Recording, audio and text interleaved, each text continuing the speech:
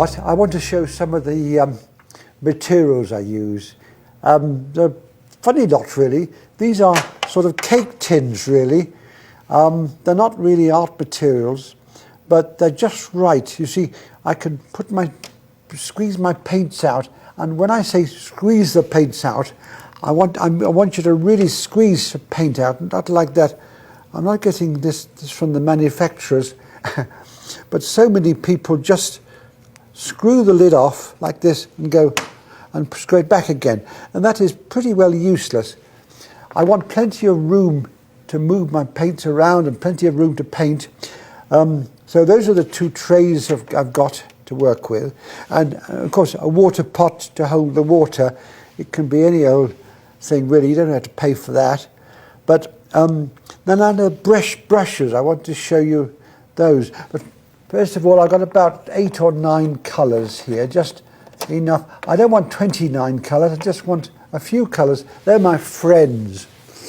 And if you have too many, you may think you want 25 colours or 30 colours, but it doesn't help you. Most of my friends who I really admire make a few further up at 9 or 10. Now the brushes. Now I've got really 3 brushes to do the whole lot, you see. I've got a rigger, which is this very long haired brush, you see. It's much longer than a normal hair, because I use it like this, and I use all my calligraphy, I call it. It's the trees, the branches of the trees, and that sort of thing, and my figures. Then this is a very good flat brush, which I usually, very delicate brush, and I usually move it around like this when I'm doing all my buildings. That's what I call my man-made brush. I do boats and things like that with it as well, but it's sometimes I don't use it at all. If it's a woodland scene, I don't use it. I just use these 2 brushes here. Let me tell you about this one. It's rather funny really. I bought this about 10 years ago, but I bought a puppy at the same time. And of course, my puppy was about that big, and I left it around, and the puppy was wandering around my studio, and he started chewing the end of it, you see, and it made him useless for using anything up this end. But I was so fond of the brush, I wanted to go ahead with it. So I know it's 10 years old because the puppy's 10 years old, and the puppy's about this size and about that high. He's a big golden retriever. But I'm still using the same brush, so it just shows you thousands of pictures I painted with that, you see. And this is a new one, or newish one.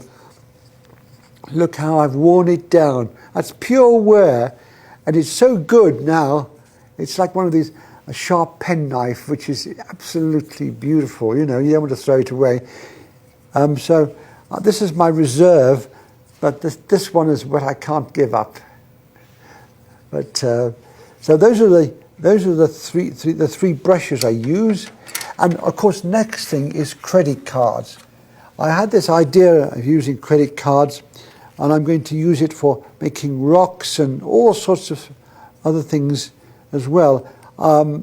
It might be the bedroom keys or something like that, you know, the ones you shove in, push out, or there might be holiday cards or anything, but I have must be about 50 of these things, and I wouldn't let them go for anything. And that's about all. There's nothing else. Oh yes, there is. This is the pad I use. You see, it's Kilimanjaro. It's lovely paper, and it's made in England. But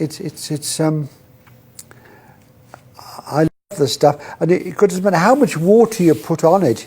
Nothing cockles. You know, it's all there, and you can pour water on it like this, and it's been stretched, of course, and nothing gets cockly or anything else. And finally, it's my towel here, which is got to be perfectly clean, of course, but absolutely pristine.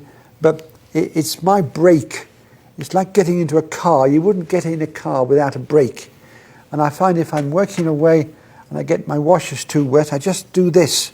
And I'm working away, and if I've got too much water like that, I just do that, and it works. So I've got complete control of my water through that. And that's it. Now I'll stop.